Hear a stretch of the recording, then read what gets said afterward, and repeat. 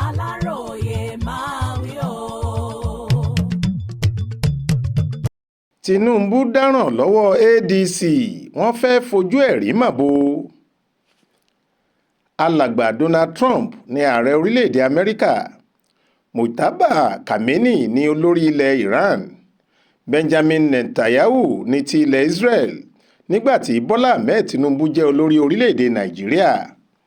Àmọ́ yàtọ̀ sí ti jíjẹ́ olórí, ohun kan wà tó dọ́gba pẹ̀lú àwọn mẹ́rẹ̀ẹ̀rin tá a dárúkọ yìí.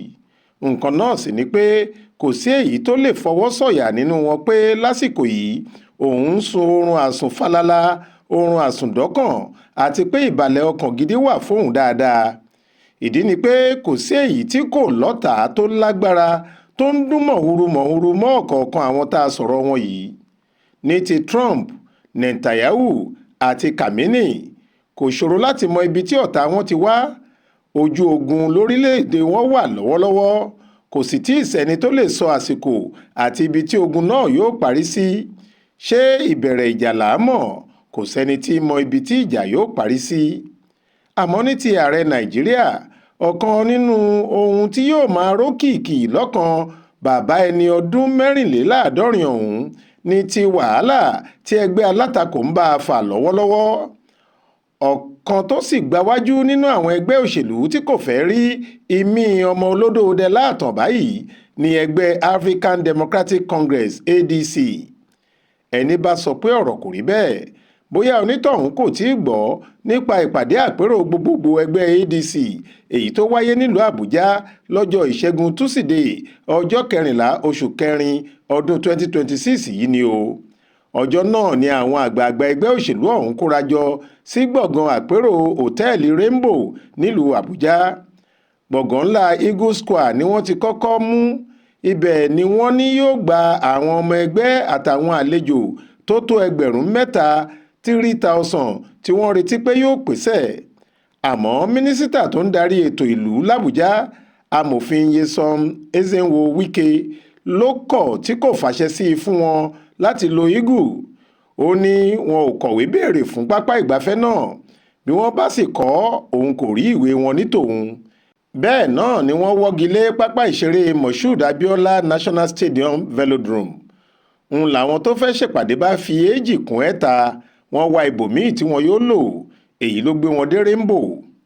Ṣáájú ọjọ́ àpérò yìí, ọ̀pọ̀ àwọn ọmọ ẹgbẹ́ ADC àtàwọn òǹwòran wọn ló ń béèrè pé ṣé àpérò náà yóò ṣeé ṣe ṣá. Àwọn kan kò rò bẹ́ẹ̀.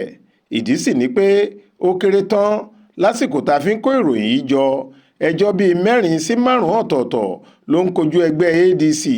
Gbogbo ẹjọ́ náà kò sì tàsé ọ̀rọ̀ ìyànsípò àwọn alákòóso ẹgbẹ́. Èyí kò sì kún ọ̀gọ̀ọ̀rọ̀ lọ́gbọ́lọ́gbọ́ àti fàákájà tó ń lọ lábẹ́ aṣọ ADC. Bẹ́ẹ̀ kò sẹ́ni tí fa orí lẹ́yìn olórí. Àpérò kò ṣeé ṣe bí kò bá sí àwọn aṣáájú àti alákòóso tó bófin mu nínú ẹgbẹ́. Ẹ ó rántí pé kò ju ọjọ́ méjì kí àpérò ńlá yìí wáyé ní àwọn kan kórajọ nípínlẹ̀ Adamawa tí Alhaji Atiku Abubakar àti Babashir Lawal ti wá. Wọ́n láwọn ni àwọn ní ẹgbẹ́ ADC nípínlẹ̀ náà, àti pé àwọn tí ń wo ṣàkun bí àwọn èèkàn olóṣèlú méjì yìí ṣe fẹ́ sọ ẹgbẹ́ náà di ti ara wọn. Nítorí bẹ́ẹ̀ wọ́n kéde pé àwọn ti yọ wọ́n lẹ́gbẹ́. Wọ́n ní wọn kì í ṣe ọmọ ẹgbẹ́ ADC mọ́. Àmọ́ kò ju wákàtí díẹ̀ lẹ́yìn ìṣẹ̀lẹ̀ náà ni Babashir Lawal sọ̀rọ̀ lórí ètò tẹlifíṣàn Channels kan níbi tó ti bẹnu àtẹ́lu àwọn tí wọ́n gbé ìgbésẹ̀ ìyọlẹ́gbẹ́ náà. Ó ní kò sóhun méjì tó ń dà wọ́n láàmú ju igbó àti ògógóró àmujù lọ. Ó ní téèyàn bá ti lè jẹ́ kí igbó mímu di bárakú, kọ̀ǹkọ̀ǹ bí aago ṣọ́ọ̀ṣì ni tọ̀hún yóò máa ṣe. Ó ní irú ẹ̀ ní ti àwọn tí wọ́n ń dán dìndìnrìn wò yìí, torí òun rò ó òun ò ríro rárá ni. Èyí ló fi jẹ́ pé àwọn tí igun David Mark tó jẹ́ alága ẹgbẹ́ òṣèlú náà ni wọ́n ṣètò àpérò gbogbogbò yìí, nígbà táwọn igun méjì tí kò fara mọ́ ti Mark yín mú sí wọn kò sì yọjú síbẹ̀ rárá. Igun méjì náà ni ti Nafiu Bala Gombe tó lóun ní igbákejì alága ẹgbẹ́ ADC tẹ́lẹ̀ tó sì yẹ kóun wà nípò alága báyìí nígbà tí ọ̀gá òun ti kọ̀wé fipò sílẹ̀, àmọ́ tó jẹ́ David Mark ni wọ́n fi sípò alága. Àti igun ti Dúmẹ́bi Kàṣùkù tí wọ́n fi Kingsley Tèmítọ́pẹ́ ṣe alága fìdíhẹ́ àpapọ̀ ẹgbẹ́ náà. láti òwúrọ̀ kùtù ọjọ́ túsídẹ̀ẹ́ ní gbọ̀ngàn tí wọ́n ṣe lọ́ṣọ̀ọ́ pẹ̀lú oríṣiríṣi bánà àti àkọlé ADC àti àyíká òtẹ́ẹ̀lì náà ti kún fún àwọn ọmọ ẹgbẹ́. àkàìkàtàn làwọn pàtàkì lágbo òṣèlú tí wọ́n pèsè síbẹ̀. lára wọn ni igbákejì ààrẹ tẹ́lẹ̀ rí Alhaji Atiku Abubakar, olórí ilé ìgbìmọ̀ asòfin tẹ́lẹ̀ David Mark, alàgbà Peter Obi tó jẹ́ olùdíje fúnpò ààrẹ lọ́dún 2023, àwọn gómìnà tẹ́lẹ̀ rí bíi Aminu Tambuwa láti Sokoto, Rotimi Amechi láti Rivers, Rauf Arẹ́gbẹ́ṣọlá láti Ọ̀ṣun, Liel Imoke láti Rivers, Achike Ndenwa láti Imo, Donald Duke láti Cross Rivers, Sam Egu láti ìpínlẹ̀ Ebonyi àti alága ẹgbẹ́ òṣèlú All Progressives Congress APC nígbà kan tó sì tún ṣe gómìnà ìpínlẹ̀ Edo tẹ́lẹ̀, alàgbà John Odige Oyegun. àwọn èèkàn míì ní sẹ́nitọ́ Ẹ̀yìnnàyà Baribe, ọ̀jọ̀gbọ́n Ọ̀sẹ́yẹmẹ Òsùnbọ̀, sẹ́nitọ́ Rabiu Musa Kwankwaso, sẹ́nitọ́ Dino Melaye láti Kogi, alága àná lẹ́gbẹ́ ADC Ralph Nwosu, igbákejì olórí àwọn aṣojúṣòfin tẹ́lẹ̀ Emeka Ihedioha, mínísítà ètò ìdájọ́ lábẹ́ àkóso Buhari amòfin Abubakar Malami, olórí ẹgbẹ́ àwọn agbẹjọ́rò nílẹ̀ yìí tẹ́lẹ̀ Olúmídé Àpáta, akọ̀wé ìjọba àpapọ̀ àná Babachir Lawal, olóyè Great Ogboru, ọ̀gbẹ́ni Kashim Imam, alàgbà Buba Galadima, Solomon Dalong àti bẹ́ẹ̀ bẹ́ẹ̀ lọ. yàtọ̀ sí àwọn olóṣèlú, aṣojú ìjọba orílẹ̀-èdè Britain, aṣojú ìjọba orílẹ̀-èdè China àti ti orílẹ̀-èdè Norway nílẹ̀ wa náà wà lára àwọn tó kọ́kọ́ dé síbi ìpàdé ńlá yìí. ṣé oríṣiríṣi ọ̀bẹ làárí lọ́jọ́ ikú erin, ọ̀kan òjọ̀kan ọ̀rọ̀, àṣàmọ̀, èébú, àṣírí àti ìsọ̀kò ọ̀rọ̀ síra ẹni ló wáyé níbi àpérò náà. kò sì lè má rí bẹ́ẹ̀, òòṣà jẹ́ ń pé méjì obìnrin kò dénú. ẹgbẹ́ alátakò àti ẹgbẹ́ tó ń ṣèjọba kò lè fẹ́ràn ara wọn tààrà. níbẹ̀rẹ̀ àpérò ọ̀hún, alukoro àpapọ̀ fún ẹgbẹ́ ADC ọ̀gbẹ́ni Bọ́lájí Abdullahi ló kọ́kọ́ sọ̀rọ̀. ó ṣàlàyé bí mínísítà Wike ṣe inúnibíni sí àwọn lórí gbọ̀ngàn àpérò táwọn ti mú láti lò táwọn sì ti sanwó fún, àmọ́ tí wọ́n wọ́gi lé pé ibẹ̀ kò ní bọ́ sí i mọ́ àfi káwọn pọ̀ sókè rajà. ó ní kódà òtẹ́ẹ̀lì Rainbow táwọn pàpà rẹ́ǹtì gbọ̀ngàn wọn yìí, àwọn alákòóso òtẹ́ẹ̀lì náà ti ṣàlàyé bí Wike ṣe dúnkookò mọ́ wọn pé tí wọ́n bá fi lè gbà kí àpérò ADC wáyé lótẹ́ẹ̀lì wọn pẹ́rẹ́, àfàìmọ̀ ni wọn kò ní í ṣu òṣùká láti ru òtẹ́ẹ̀lì náà tẹ̀lé ẹgbẹ́ ADC nítorí láńsẹ̀nsì wọn l'Àbújá ni wọ́n fi ń ṣeré yẹn. bó tilẹ̀ jẹ́ pé láì fọ̀tápè àwọn pàpà takú láti ṣe ètò ọjọ́ náà níbẹ̀ ni. nínú ọ̀rọ̀ àkọ́sọ tí David Mark sọ, ó ní ẹgbẹ́ òṣèlú ADC kò ní rẹ̀wẹ̀sì lójú inúnibíni àti àtakò tí ìjọba tó wà lórí àlééfà àti àjọ INEC ń ṣe sí i. ó láwọn ti pinnu bẹ́ẹ̀ ni kò sì sí ohun tó máa yí ìpinnu náà padà. àwa ò ní sọ̀rẹ́ńdà nítorí ọ̀rọ̀ tó wà nílẹ̀ yìí kọjá ọ̀rọ̀ ṣíṣe òṣèlú alátakò, ọ̀rọ̀ bí a ṣe máa dóòlà ẹ̀mí Nàìjíríà ni. Mark ló ń sọ̀rọ̀ bẹ́ẹ̀ o. ó tún sọ pé gbogbo ìgbìyànjú láti kó àárẹ̀ ọkàn bá àwọn níṣe ló túbọ̀ ń fún àwọn lágbára sí i tó sì mú kí ẹgbẹ́ òṣèlú náà di gbajúmọ̀ àti ìtẹ́wọ́gbà lọ́dọ̀ àwọn aráàlú tí ojú ń pọ́n lọ́wọ́lọ́wọ́. torí bẹ́ẹ̀, pípa tí APC ń pa igi òṣè àwọn ara ló fi ń san, kàkà kéwé àgbọn àwọn sì dẹ̀ kòkòkò ló ń le sí i ni. Mark wá ké sí àwọn adarí ẹgbẹ́ alátakò yòókù láti jẹ́ káwọn jọ fi ìgbánú kan ṣoṣo ṣe ọ̀já kí wọ́n lè fa Nàìjíríà kúrò lẹ́nu ọ̀nà wàhálà tó wà yìí. ó ní àwọn ètò tó máa sọ̀lúdẹ̀rọ̀ tí yóò sì ṣe mẹ̀kúnnù láǹfààní làwọn yóò gùn lé tí ọwọ́ àwọn bá fi lè tẹ àkóso orílẹ̀-èdè yìí, yàtọ̀ sí èyí táwọn Tinubu ń ṣe tó mú ara ní tẹrútọmọ lásìkò yìí. ẹni tọ́rọ̀ rẹ̀ tún fa kíkì níbi àpérò ọ̀hún ni gómìnà ìpínlẹ̀ Ọ̀ṣun tẹ́lẹ̀ rí ọ̀gbẹ́ni Rauf Arẹ́gbẹ́ṣọlá.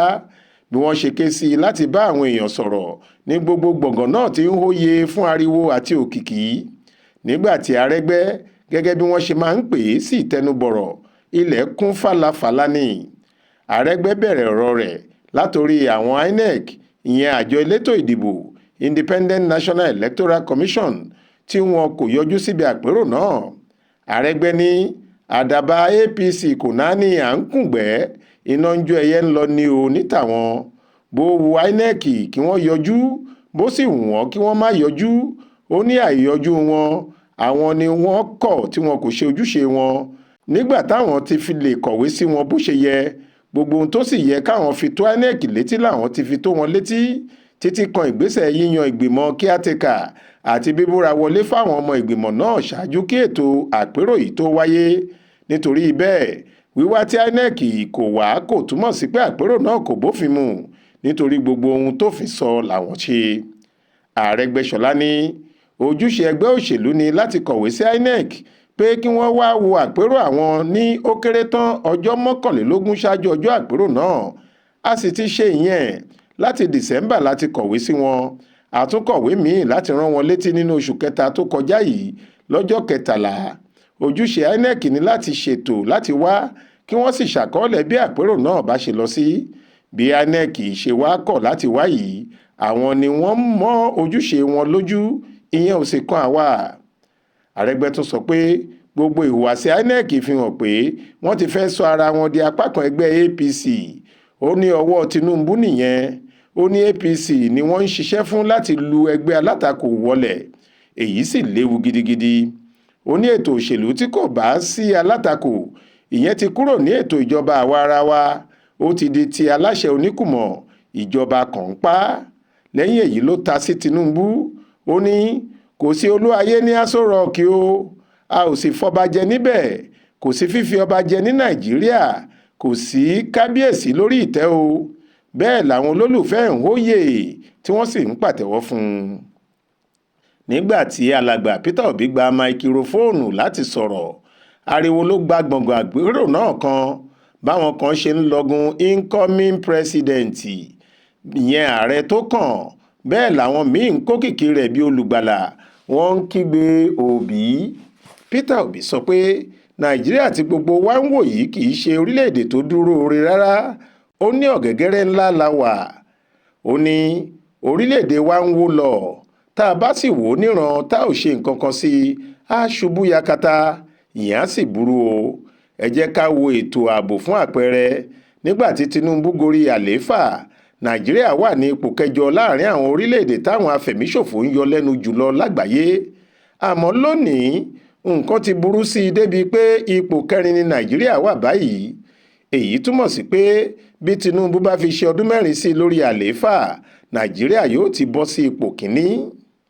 Peter Obi tún kan Tinubu níkò lórí ètò yíyọ owó ìrànwọ́ orí epo èyí tí wọ́n ń pè ní sọ́bsidì lédè èbó ó ní lẹ́yìn tí Tinubu ti yọ owó ìrànwọ́ náà tíjọba kò fi owó kún owó orí epo fáráàlú mọ́ níṣe ló yẹ kí á ní owó tó pọ̀ tó láti ṣe àwọn iṣẹ́ àkànṣe nílùú àmọ́ ọ̀rọ̀ kò rí bẹ́ẹ̀ ẹ̀yáwó àti oko gbèsè ní Nàìjíríà ń lọ lóṣooṣù débi pé tá a bá fi wéra owó yíyá lásìkò ti Buhari la rí tà ń wí owó yíyá ti Tinubu tún peléke sí i ní ìdá 130% nínú 100 ló fi lọ sókè sí i. Bẹ́ẹ̀ ló sọ pé ìyapa àti ìjà lábẹ́ ìjọba tó wà lóde yìí ti pọ̀ ju ti tẹ́lẹ̀ lọ kò sí ìṣọ̀kan láàrin àwọn ọmọ Nàìjíríà ó ní Tinubu kò kó àkóyawọ́ pẹ̀lú ìṣàkóso rẹ̀ rárá. Alhaji Atiku Abubakar nínú ọ̀rọ̀ tirẹ̀ sọ pé INEC àti alága INEC ti sọ ara wọn di irinṣẹ́ tí Tinubu ń lò láti fọ́ ètò ìṣèjọba democracy yàngáyángá ó ní ọ̀rọ̀ tó fojú hàn dé ní ẹ̀rí wà nílẹ̀ rẹpẹtẹ wọ́n ń lo INEC láti dàbàrú ètò ìjọba àwa ara wa ni mo wá fẹ́ sọ fún ìjọba àpapọ̀ pé kí wọ́n lọ mọ̀ pé níṣe la jà fitafita pẹ̀lú àwọn ológun kọ́wọ́ wa tó tẹ ètò ìjọba democracy yìí bẹ́ẹ̀ náà la ṣe máa bá INEC jà láti fẹsẹ̀ democracy rinlẹ̀ sí i ẹ tètè ya jẹ́ kí alága INEC yìí lọ mọ̀ pé gbogbo ìwà ìlófin àti àmọ̀ríwọ́ rẹ̀ yìí kò ní lọ láì jìyà rẹ̀ o kò lè mú jẹ rárá ni. Àtíkù tún ya ọ̀rọ̀ lulẹ̀ nígbà tó ń sọ bí nǹkan ṣe rí lórílẹ̀‐èdè yìí ó ní mo rántí nígbà tí wọ́n fẹ́ dá APC sílẹ̀ gbogbo àwọn èèkàn olóṣèlú yìí ni wọ́n wá sílé mi tí wọ́n sọ fún mi pé tí mi ò bá wá darapọ̀ mọ́ àwọn ẹgbẹ́ náà kò ní ṣeé ṣe kí la wọnú APC tán sí ọrọ̀ ajé wa ó ti wọgbó òmìnira wa gẹ́gẹ́ bí orílẹ̀-èdè ti wọmi ètò ààbò ti polúkúrúmuṣu pátápátá, ìwà jìbìtì àti ìkówójẹ ló gbòde báyìí. Níbo ni ìrètí wà fọ́mọ mẹ̀kúnnù nínú gbogbo ìwọ̀nyí? Ìdí rèé tá a fi ń fẹ́ kí ADC mú àyípadà rere wá. A ò fẹ́ ìjọba tó máa daṣọ bo àwọn alájẹbánu. A ò sì fẹ́ ìjọba tó máa ṣonígbọ̀wọ́ fáwọn apààyàn àtàwọn ọ̀daràn. A ò ní jẹ́ kí wọ́n mú un jẹ gbé. Lẹ́yìn náà ló fi àwọn ọmọ ẹgbẹ́ lọ́kàn balẹ̀ pé ó dá òun lójú pé ADC ló máa gbégbá orókè ètò ìdìbò ọdún 2027.